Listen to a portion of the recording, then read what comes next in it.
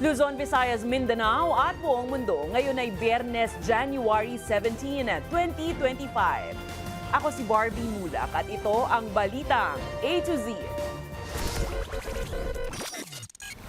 Higit 60 mga produkto kabilang ang sardinas, meatloaf, gatas at iba pa. May dagdag presyo sa susunod na buwan. Ikatlong hirit ng taas presyo sa produktong petrolyo, aarangkada naman sa susunod na linggo. Viral Sampaguita girl na itinaboy ng mall security guard, kumpirmadong estudyante ng isang private school sa Quezon City. Bangkay ng OFW na pinatay sa Kuwait, naiuwi na sa bansa. Paghihigpit ng deployment sa Kuwait, tinitingnan ng Department of Migrant Workers. Matapos ang 15 buwang bakbakan, Hamas at Israel nagkasundo na sa tigil putukan. Sa showbiz, Catherine Bernardo, Kim Chiu, Paolo Avellino at iba pa pinarangalan ng PhilAm community sa Chicago.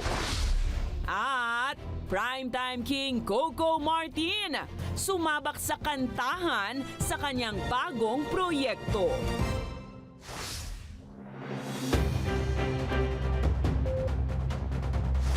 Magandang gabi. Pambungad sa ating newscast ang isang abiso sa ating mga consumer. Tipid-tipid muna ngayong Enero dahil may dagdag presyo na nakaamba sa susunod na buwan. Apektado ang higit 60 mga produkto kabilang ang sardinas, meatloaf, gatas at iba pa. Bago ito, sa susunod na linggo naman ay aarangkada ang malakihang taas presyo sa produktong petrolyo. May balitang A to Z si Ace Cruz. Pailan-ilan lang kung mamili si Nanay Presi ng dilatang produkto na itinitinda sa kanyang sari-sari store. Tunog pera mo.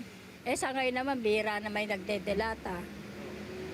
Ano-ano lang sila pa, yung pag wala ula, walang pera, yung delata. Pagsapit ng Pebrero, tataas ang presyo ng 60 produkto. Kaya't ayon kay Nanay Presi, kailangan niya itong paghandaan. Papatungan mo lang. Wala ka naman tayo magagawa, ganun lang.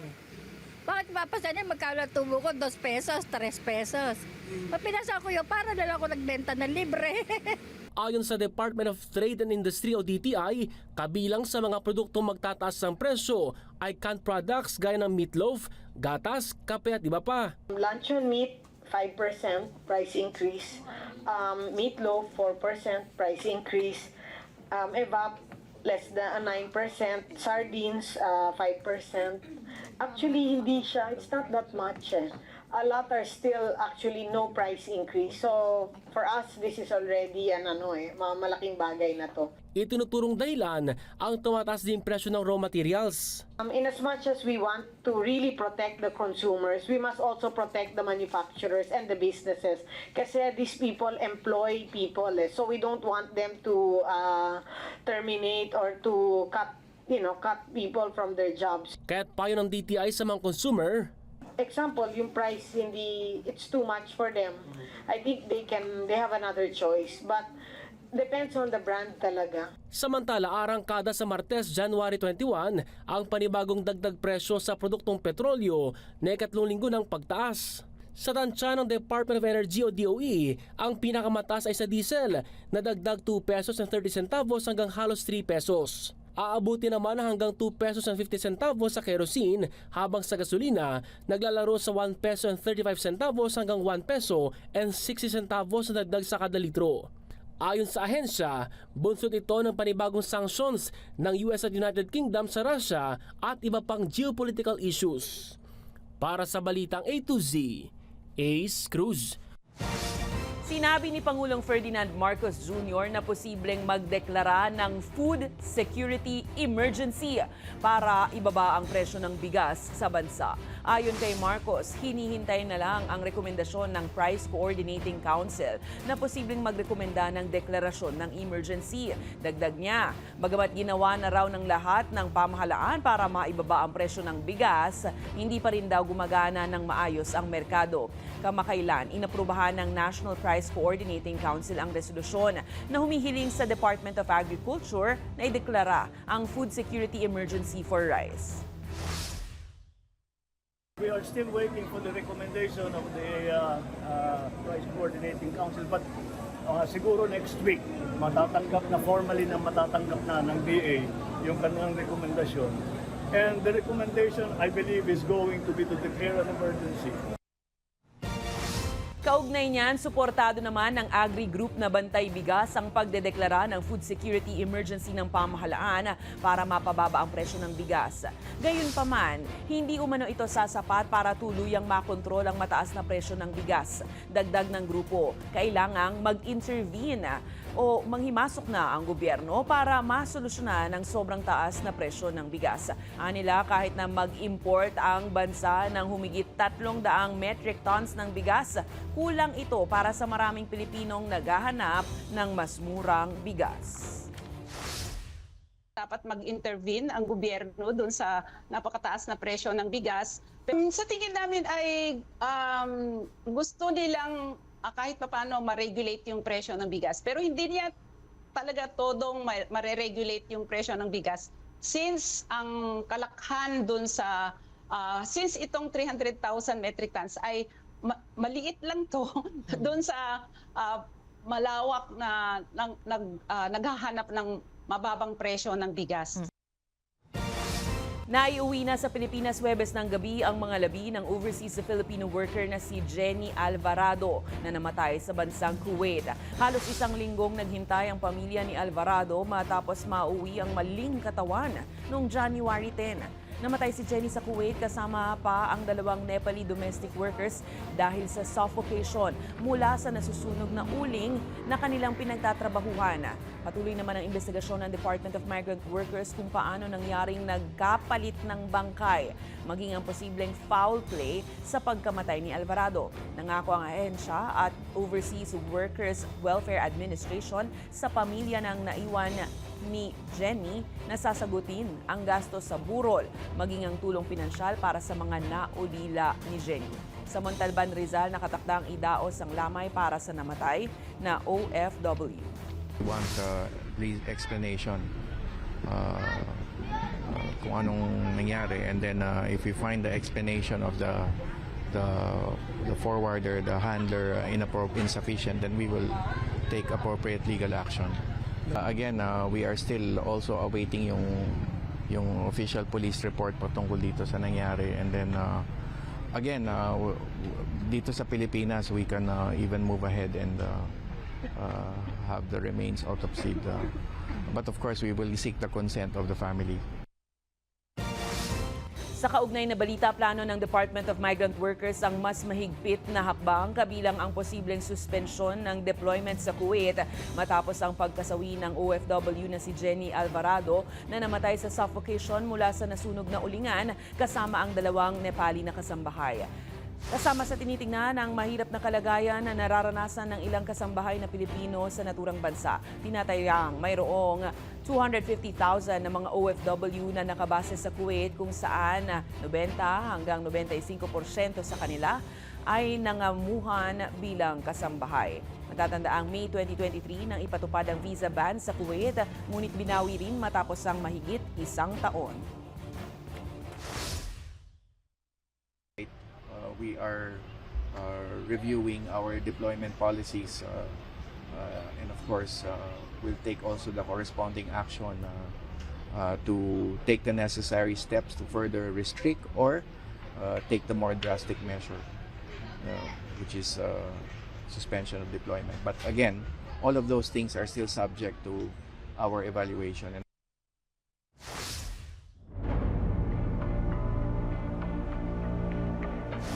Naghain ng disbarment case sa Korte Suprema ang grupong Karapatan at mga pamilya ng mga biktima ng extrajudicial killings laban kay dating Pangulong Rodrigo Roa Duterte. Ayon kay Karapatan Secretary General Cristina Palabay, inihahabla nila si Duterte dahil sa umano'y paglabag sa Code of Professional Responsibility at pag-uugaling hindi akma sa isang abogado. Isinabay nila ang paghahain Nito sa panahong inaasahang ang impeachment trial ni Vice President Sara Duterte. Hiniling naman ni Attorney Vicente Topacio na tanggalan ng lisensya si Duterte. Nakiisa rin sa paghahain ang pamilya ng mga biktima ng EJK gaya ni na Lore Pasco at Rosenda Lemita, pati na ang ilang cultural workers, dating Bayan Muna representatives sa Turo Campo at religious groups. Isa lang po ang mensahe ng complaint. No? Si Duterte ay kriminal, bastos, mamamatay tao at hindi siya karapat-dapat na abogado. Marami pong limitasyon yung prosesong ito, kasama na po doon yung sub judice rule. Kaya hindi po kami makakapag-disclose ng contents ng complaint mismo. At sana kagyat na mapagbigyan. No? Dahil ayaw na naming marinig si Duterte sa impeachment trial. At kung he will just be uttering the same again, gamit ang kanyang tsapa bilang isang abogado at dating prosecutor.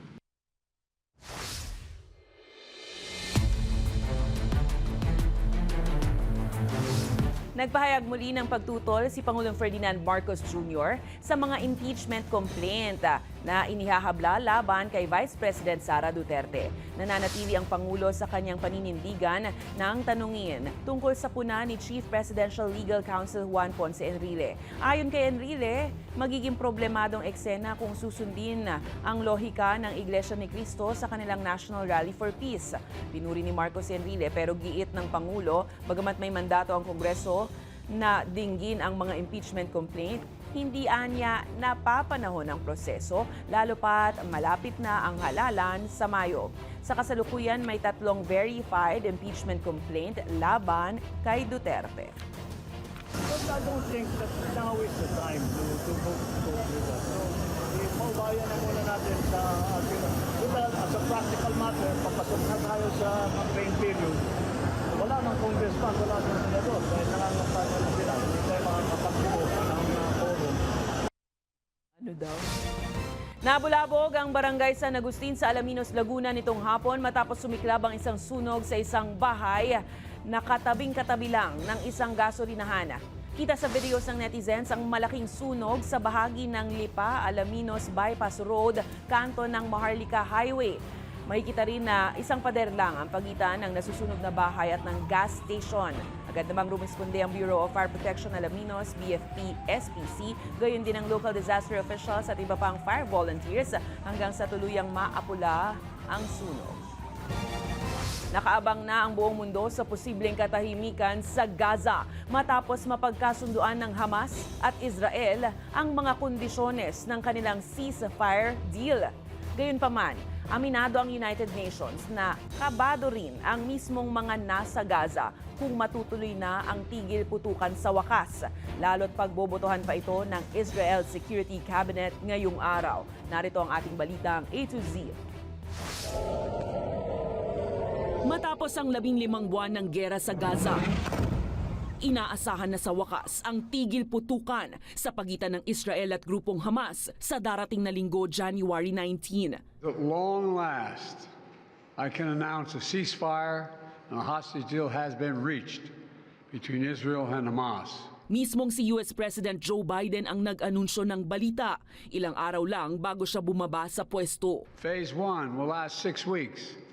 It includes a full and complete ceasefire, withdrawal of Israeli forces from all the populated areas of Gaza, and the release of a number of hostages held by Hamas. Kinumpirma rin ni Israeli Prime Minister Benjamin Netanyahu ang deal, kabilang ang kondisyon ng pagbabalik ng mga hostage na naipit sa Gaza. Pero pagbobotohan pa ito ng Security Cabinet ng bansa ngayong Biyernes. Para naman sa Hamas, itinuturing nila itong pag-surrender ng Israel habang nanindigan sila na tutuparin ang kanilang parte sa kasunduan. Kaliwat kanan naman ang pahayag ng suporta ng mga bansa para sa napipintong peace deal, kabilang dyan ang Pilipinas. Habang ang Group of 7 countries, inendorso rin ang ceasefire agreement. Umaasa ang grupo na ito na ang daan patungo sa kapayapaan sa Middle East.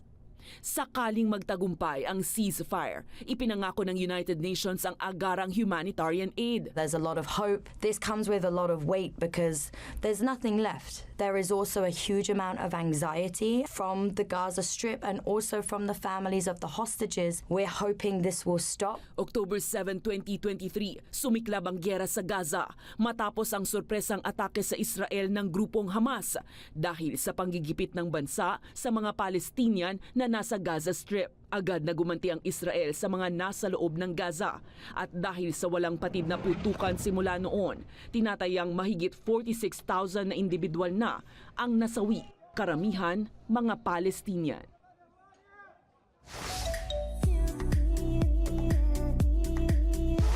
Mga ka-A to Z, ready na ba kayong magmahal at muling masaktan? Dahil mapapanood na ang highest-grossing Filipino film of all time na Hello, Love Again. Perfect na Valentine movie ang pelikulang pinagbibidahan ni Catherine Bernardo at Alden Richards na magiging available sa Netflix sa February 13 bago ang Araw ng Mga Puso.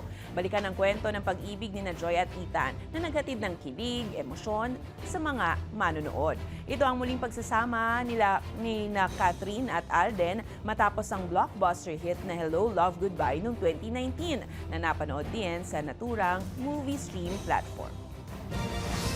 Susunod, paghahatid ng sisiraing 6 na milyong balotang gagamitin sana sa midterm elections, sinimulan na.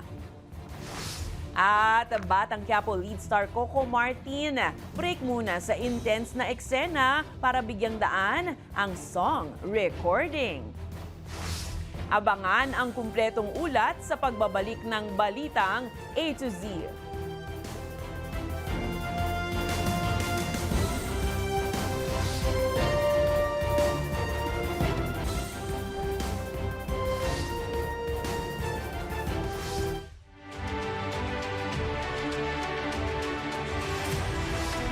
Sinimulan na ngayong Huwebes ng Commission on Elections ang disposal process ng mga balotang hindi nagagamitin sa 2025 midterm polls dahil sa mga pagbabago sa list of candidates at iba pang teknikal na aspeto matapos hainan ng 5 temporary restraining order ng Korte Suprema. Inaasahan namang sa susunod na linggo, balik pag-iimprenta na ang National Printing Office sa mga bagong balotang gagamitin sa botohan. Ang Balitang A to Z hatid ni Naomi Almojano.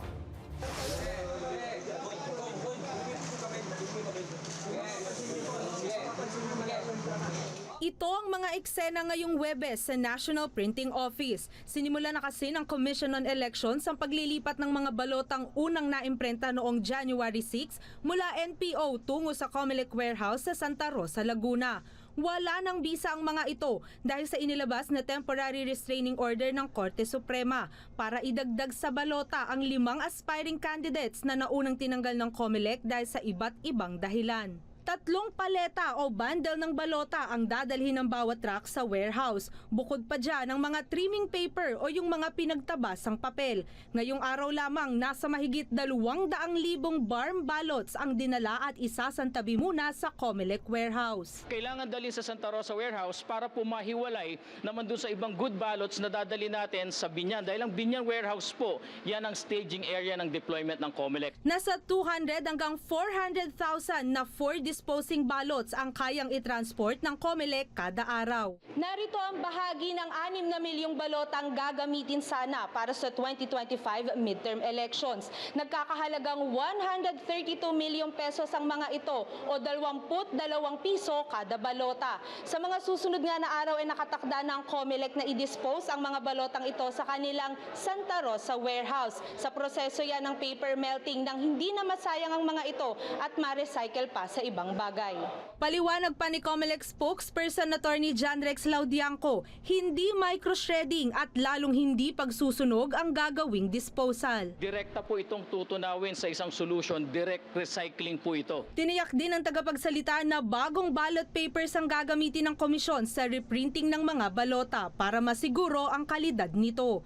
Dagdag pa ni Laudianco, maaaring higit sa 1 linggo ang aabutin ng transporting at disposal dahil ongoing ongoing pa rin ang verification at inventory ng ibang mga balota. Lahat po kasi ng balotang naimprenta ay kailangang idaan sa automated counting machine. Whether good, machine-readable ballots ba yan or rejected ballots, lahat po yan na-print, lahat po yan i-account, lahat po yan ini-inventaryo. Samantala, hindi naman muna matutuloy ngayong Sabado ang panibagong testing ng Trusted Build dahil sa mga pagbabago sa election management system ng komisyon. Tatapusin din muna ang lahat ng election processes bago muling mag-imprenta ng mga bagong balota na target simulan sa susunod na linggo. Hindi po mag-iimprenta si COMELEC ng hindi na trusted build, hindi na pakita sa inyo yung na-generate na ballot face templates at hindi na serialize ang bawat isang balota. Para sa Balitang A to Z, Naomi Almojano.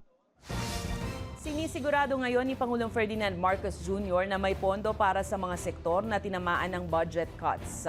Tinawag ni Marcos ang 2025 spending plan na suboptimal o hindi ideal para sa ilang mas higit na pangangailangan. Kaya't naghahanap ng savings o ipon ng gobyerno para maibalik ang pondong nabawasan. Nitong Huwebes ng gabi, nakipagpulong ang Pangulo sa mga opisyal ng sektor ng edukasyon at tiniyak ang sapat na pondo para sa mahahalagang programa. But we are situation and we are returning the most, well, let me put it simply. Ang ginagawa natin ay yung mga masyadong nawala sa NEP, sa National Expenditure Program, na hindi na nabigyan ng pondo, ay hinahanapan namin ng mga savings para maibalik ang mga pondo niya, kagaya sa edukasyon, kagaya sa health, kagaya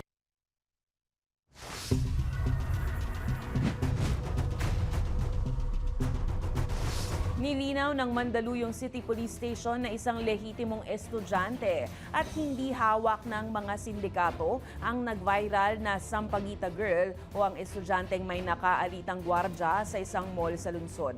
Ayon kay Mandaluyong City Police Station Chief Police Colonel Mary Grace Madayag, kinumpirma ng kapulisan at ng Commission on Human Rights na isang scholar ang 18 taong gulang na dalaga sa kursong Medical Technology sa isang pribadong paaralan sa Maynila.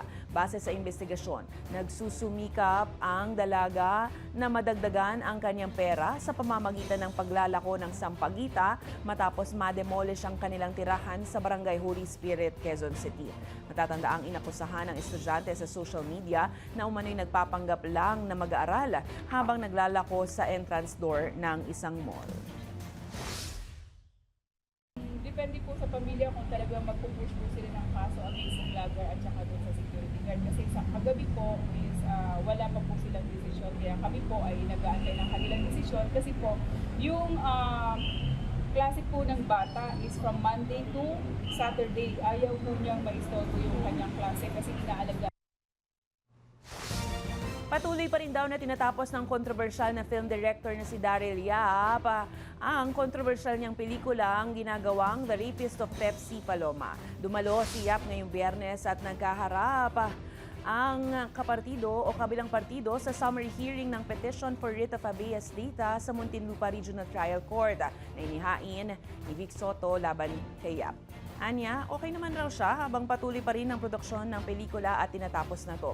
Iginiit pa ni Yap na dapat mapanood ng publiko ang pelikula.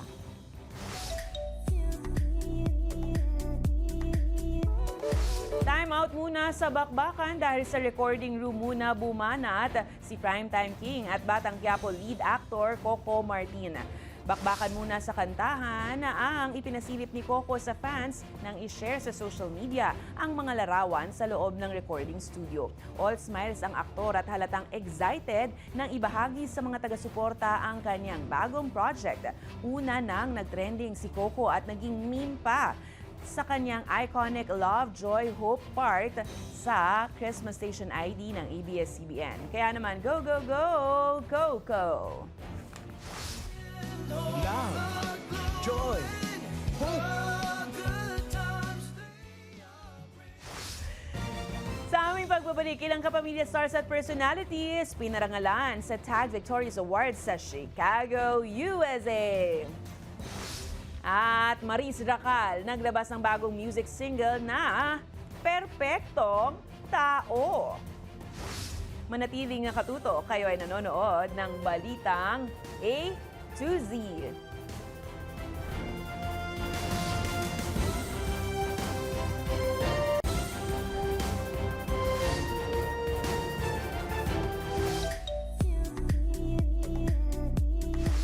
Nagningning ang ilang Pinoy celebrities at kapamilya stars matapos parangalan sa 2024 Tag Victorious Awards, Chicago. Sino-sino ang nagwagi? At Maris Racal, naglabas ng bagong musika na Perpektong Tao. Makichika sa Balitang A to Z Showbiz ni Lane Garcia. Basta Pinoy, winner! Dahil kinilala at binigyang parangal ang ilang Pinoy celebrities and personalities sa 5th edition ng Tag Victorious Awards Chicago.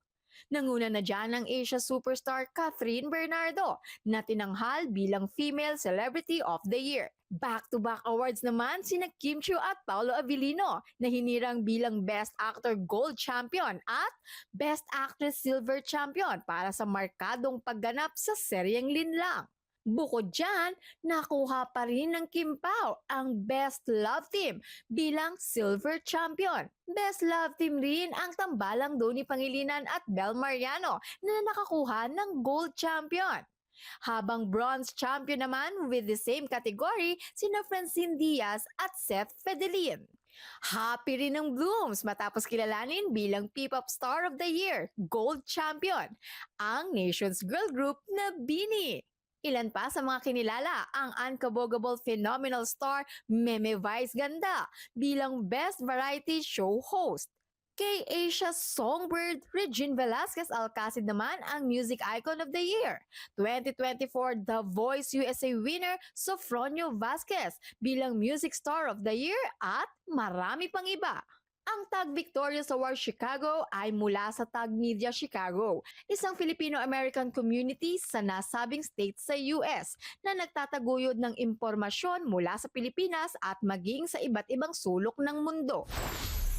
Samantala, may bagong release na latest music single ang actress-singer na si Maris Racal ngayong araw ng Biyernes, January 17. Pinamagatan nitong Perpektong Tao na mismong si Maris ang sumulat, inspired by her past mistake, na nakakatulong daw sa paghilom ng kanyang emosyon. Sa Instagram, flinex ni Maris ang ilang larawan, hawak ang tila nakadyar yung mukha niya, kalakip ang pamagat na kantang Perpektong Tao. Ito ang unang proyekto ni Maris matapos ang mainit na kontrobersiya nila ni Anthony Jennings noong Disyembre. Welcome back, Maris! Para sa Balitang A to Z Showbiz, Lane Garcia.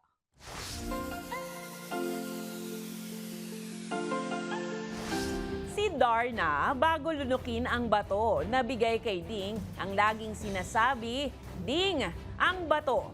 Pero ang isang ito, iba ang nilunok, kaya ang tunog na iba rin. Tara at maki-GV.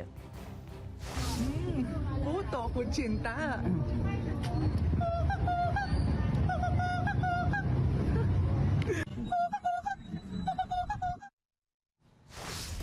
Ding ang puto, yun pala. Kung kayo ay may kwentong kakaiba, mga kwento ng pag-ibig o storya ng inspirasyon at pag-asa, maaari niyo itong ibahagi. Sumali sa ating Facebook group na Balitang A to Z, panoorin ang replay ng ating programa at sundan ang ating social media pages, hanapin ang Balitang A to Z. Ang ating pabaong quote of the night ngayong Biyernes ay mula sa chef at restaurateur na si Jose Andres. Naniniwala siya na ang pagkain ay pambansang seguridad at ekonomiya. Ito ay trabaho, enerhiya, kasaysayan, at ang pagkain ay ang lahat. At yan po ang mga balita at impormasyon, mga kwentong may dalang inspirasyon na tinutukan ng Balitang A to Z.